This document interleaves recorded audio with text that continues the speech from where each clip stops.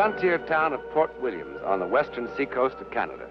Jumping off place for the great lumber forests, the far northern gold country, and tonight, that realm where the impossible and the incredible are commonplace.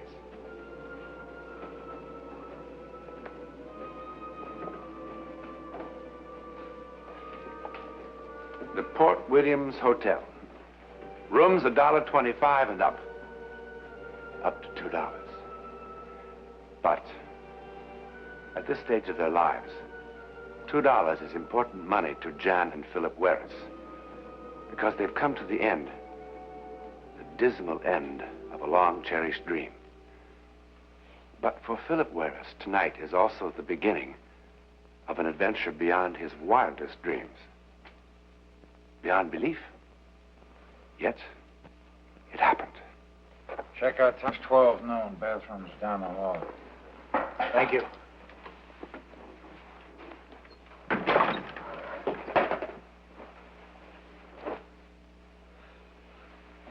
Well, we've sure come a long way, haven't we? I guess we can stand it here for one night.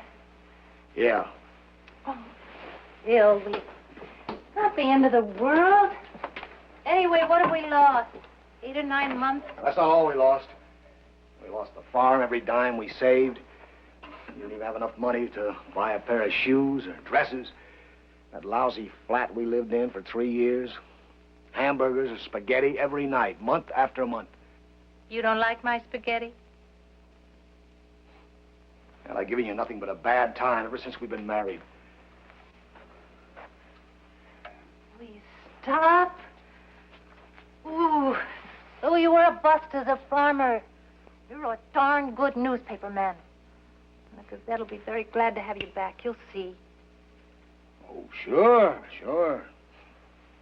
All I have to do is tell them I'm coming, and they'll arrange a ticker-tape parade around Dominion Square. Why don't you go down and get the train tickets? The walk will do you good. Because I don't have the money.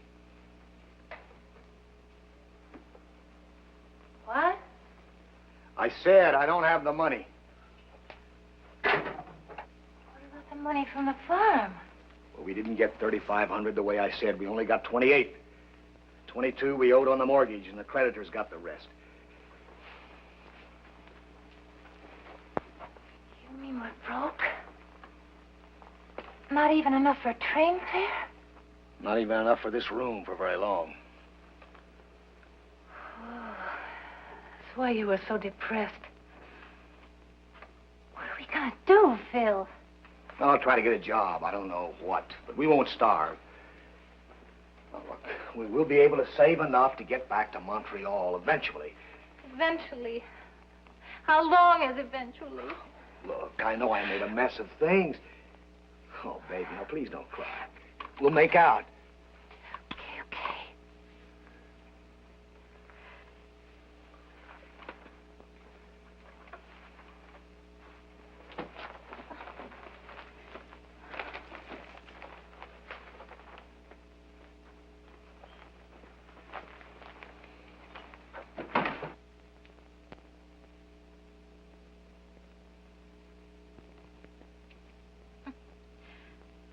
Apparently the last tenant in this room had money troubles, too.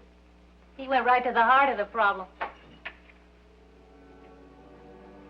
The Gold Miner's Handbook.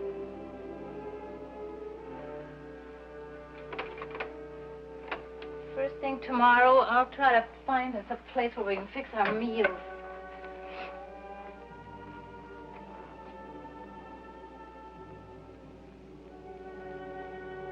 Phil? Phil? What's so fascinating? What? That book. You're staring at it as though it were a $1,000 bill. I don't know. When I saw this name written here, Larry Barton. So? I don't know. Screwy. Look, we better get finished. Go to bed. It's getting late. Phil, I'm real sorry I made that fuss. I wanted to...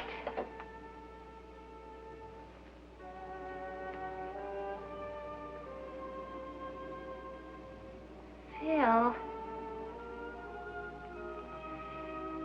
Phil! What's the matter? You tell me. Tell you? What? Phil, what is it? What's the matter? Nothing.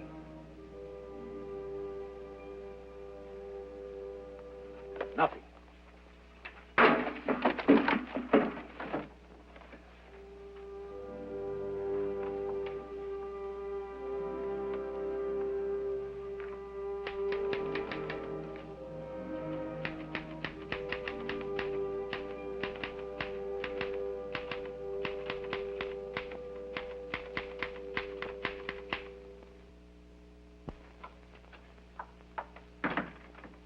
Get up.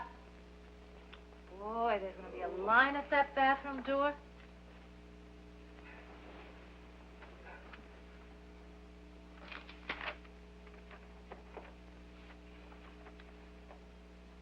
Port Williams, September 7th, 1960. Out of the gold country of the far north today came a shocking story of the corruption of the human spirit caused by the poisonous erosion of greed. Just 3 months ago, Lawrence Barton, 42, and his 38-year-old brother, Robert, took the train from Quebec to this west coast port town. After purchasing gold mining equipment and supplies here, they embarked for Skagway, and there set out on horseback for the vast country of the Canadian Yukon. The club-footed Lawrence and his younger brother... Club-foot. That's laying it on a little thick, isn't it? Maybe, but it's got a great start. Such modesty. Since when did you become a writer? I didn't write this. You didn't? Are you serious? Now, wait a minute. I do recall waking up. Yes, I woke up suddenly, thinking about that gold miner's handbook for some strange reason. And I got out of bed, and I picked it out of the wastebasket. But that's all I remember. I don't recall writing anything or even going back to bed. Boy, get into the shower and wake up.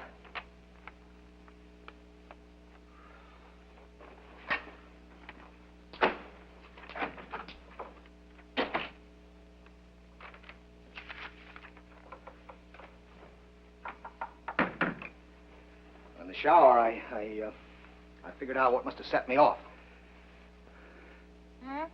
Larry Barton, the name in this handbook.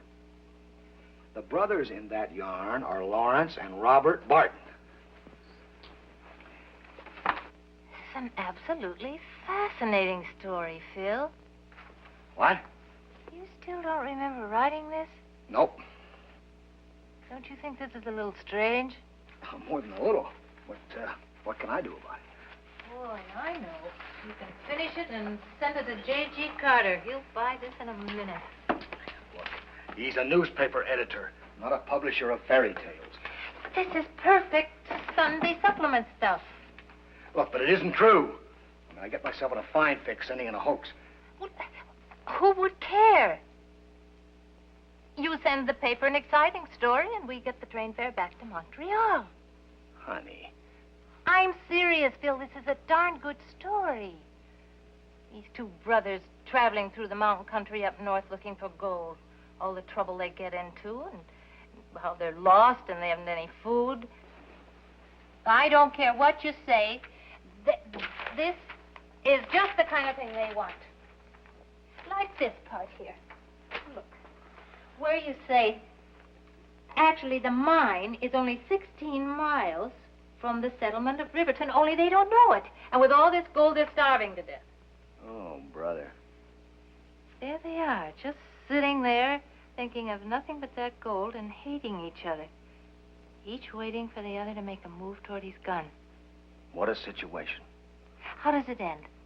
Well, they kill each other naturally.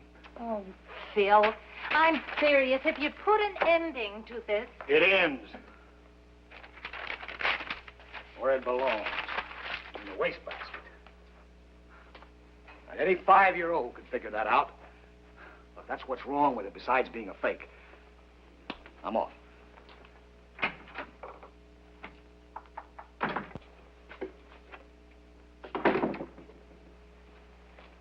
Oh, Mr. Warren, the train just came in from the east. Thanks.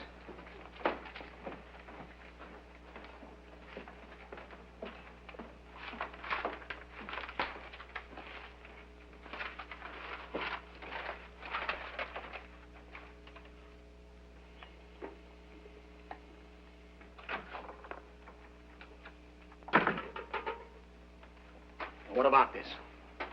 Take a look. They bought it. Brothers kill each other over gold discovery by Philip Warris.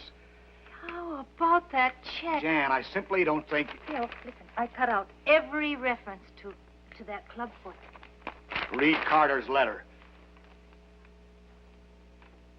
Says it's a first-rate job of reporting. He doesn't even object to the ending. Keep reading. A follow-up story? Yes. They've already sent a man to Quebec to dig up background material on the Barton family. What do they think about the brothers who killed each other?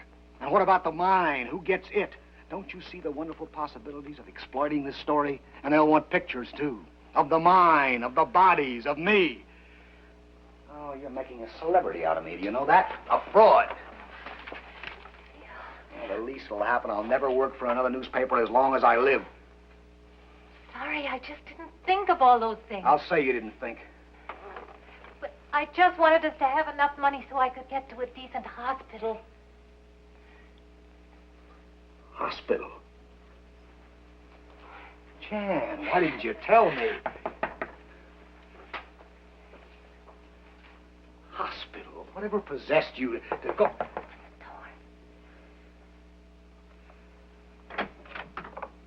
Yes? Mr. Warris? Philip Warris? Yes? I'm Mrs. Lawrence Barton. Mrs. Lawrence Barton. Yes, I don't want to intrude. I just want to thank you. Thank me? Yes, I suppose I knew Larry was dead. I hadn't heard from him in over 3 months. But I'd never have known what really happened if I hadn't read your story. Mrs. Barton, please, come here. Sit down. Thank you. Mrs. Barton, your husband stayed in this room. Well, at least I think he did. And that's really all I know about him. Well, I don't understand. Aren't you the Philip Warris who wrote this story? Yes. I wrote it. But I made it up, Mrs. Barton. What? Why are you lying to me? I'm not. When we took this room, we found a book belonging to your husband with his name in it. And I unconsciously just used his name. But the rest was sheer fiction, believe me. Oh, Mrs. Barton, I know I did a terrible thing. An unforgivable thing. But it just never occurred to me that Larry Barton would have a wife somewhere. I just didn't stop to think. Mrs. Barton, this is not his fault. It's mine. I sent that story in. You see, we needed money. Oh, stop it! Stop it! Are you both insane, or do you think I'm a complete fool? I can't imagine why you're trying to do this to me. But I'm going to claim my husband's body, and Robert's too. And you'd better not try to do anything further to prevent me. Mrs. Barton, please, wait a minute, wait. Now, Mrs. Barton, does your husband really have a brother named Robert? And did they go up north together? But what about the other things of the story? Well, I mean, they can't all be true. Their ages, their deep affection for each other. Mr. Warris, what do you want of me? Mrs. Barton, I don't know how to explain this to you. It's all an impossible, horrible coincidence. My husband did make up that story. So you see, your husband's probably alive. I'm sure he is. Well, if he is, I'm going to find him. Spartan, I'll help you. Believe me, if he's alive, I'll find him. Please.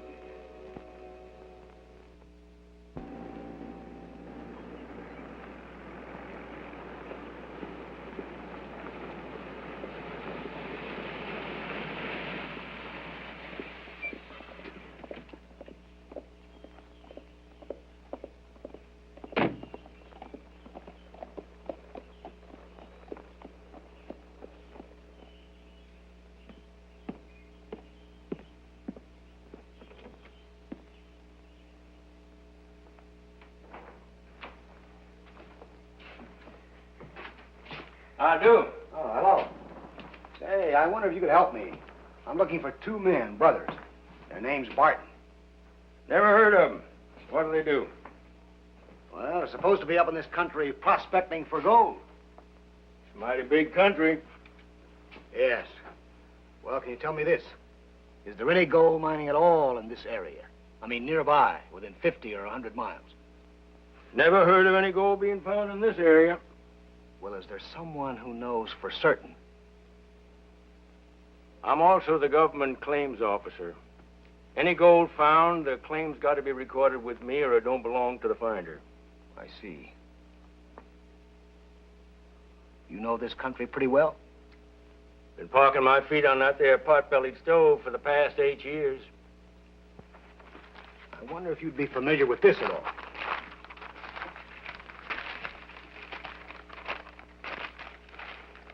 Just 16 miles east of Riverton, they came upon their first sign of human habitation in more than 11 weeks. A miner's cabin on the south shore of a small heart-shaped lake. But there was no one in the cabin. They forded the shallow water and came upon a small one-man mine. Inside, they found the miner. He had been dead for weeks, victim of a rock slide when one of his shoring timbers broke loose. Yeah, there is a little heart-shaped lake out that way. There is? Yeah, just about 16 miles east of here, too. I haven't been up there in a couple of years, but I don't think you'd find a cabin or a mine or not to mention a miner. I don't want to be mining anyway. Say, could you sell me a pair of field glasses? Why, sure. Sure thing.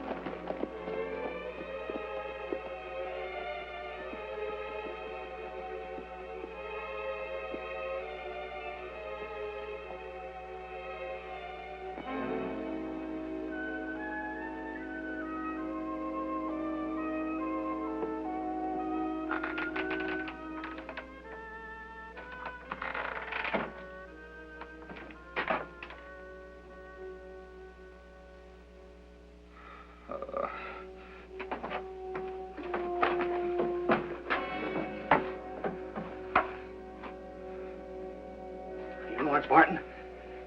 Robert. Where's your brother? In the mine. Where's that? At the other end of the lake. I know where it is. All right, come on. I'll give you a hand into the bed. Come on. All right, here we go.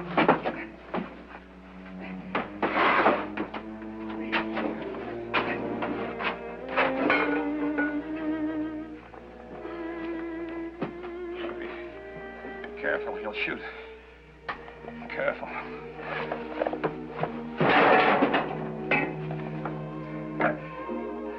Look, I'll go for help. I'll be back as soon as I can.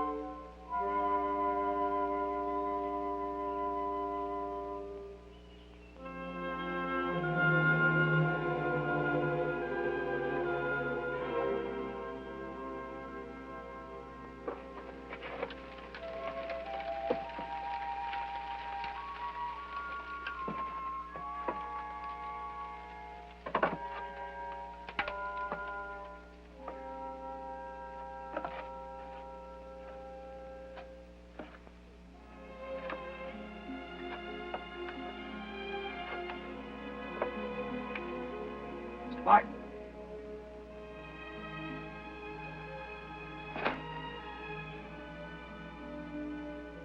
Mr. Martin. Mr. Martin, your wife is very worried about you. Mr. Martin, I'm not going to hurt you.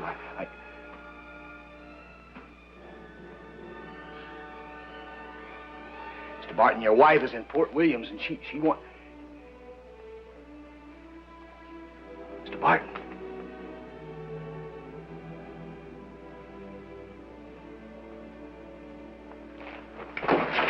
Mr. Martin.